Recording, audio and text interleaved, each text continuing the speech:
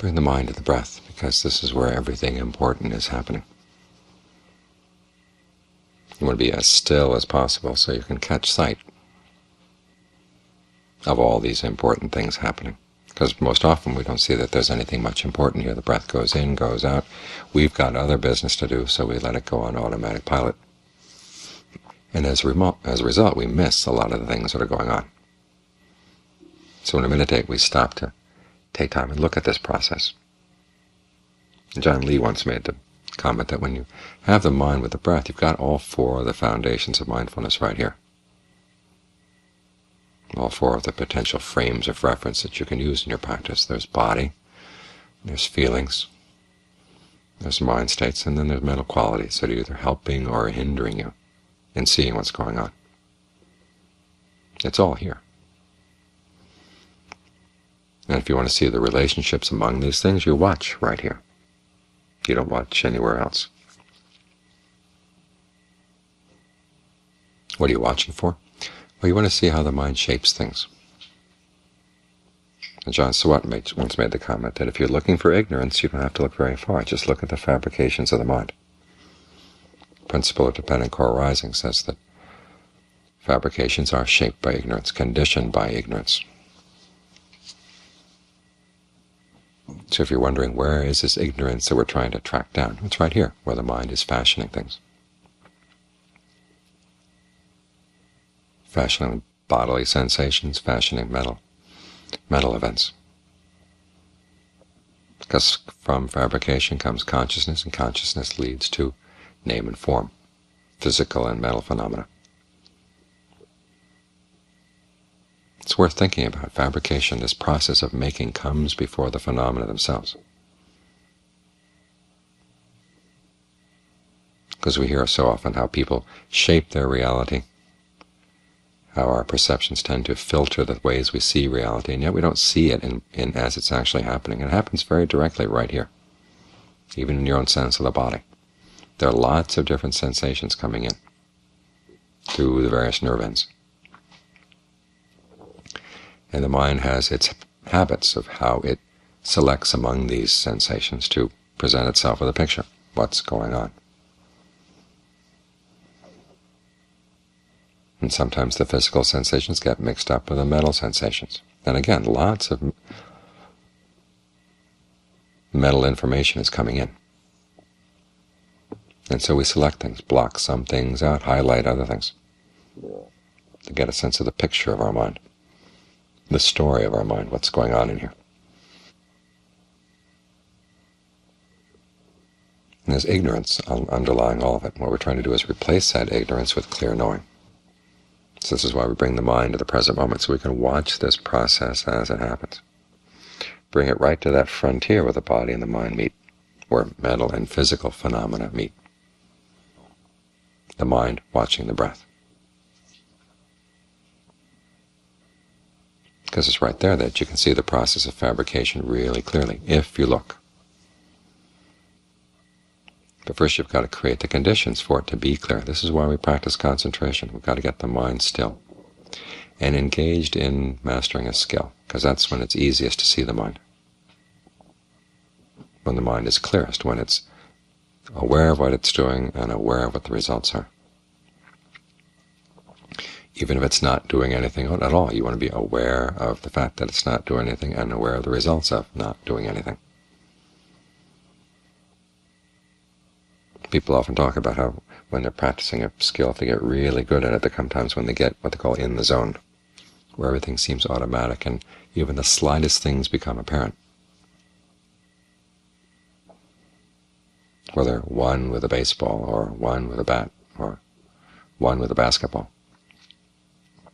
Well, here you want to get one with the breath. Try to get fluent in the breath. Try to get on good terms. Be comfortable. Be familiar with the breath. So there comes a point where it seems like your awareness and the breath become one. Because it's only when we allow them to be one and to stay that way, that when they actually begin to separate out through the process of fabrication, you can see it clearly as it happens. So this is why we work with the breath so much, because one, the mind working with the breath puts itself in a good position to observe itself. And then two, by working with the breath, things get calmed down. It's a lot easier to see events in the mind when the breath is very still than it is when the breath is moving all over the place. That's why step number 4 in breath meditation, after you're aware of the whole body, is you allow what they call bodily fabrication to calm down. That's the breath. You allow the breath to calm down. Try to be sensitive to whatever mechanical ways you have of breathing, or unthought-out ideas of what the breath should be, because that many times will keep you pumping, when already the body's full of breath energy. It doesn't need much more. You can get by with very little in-breath and out-breath. And John Fuang's analogy is of a big water jar. You see these all over town, these enormous jars for catching rainwater off house roofs. And he says there comes a point where the jar is full. No matter how much more it rains, you can't put any more water in the jar. Same with the breath energy in the body. There comes a point where it's full.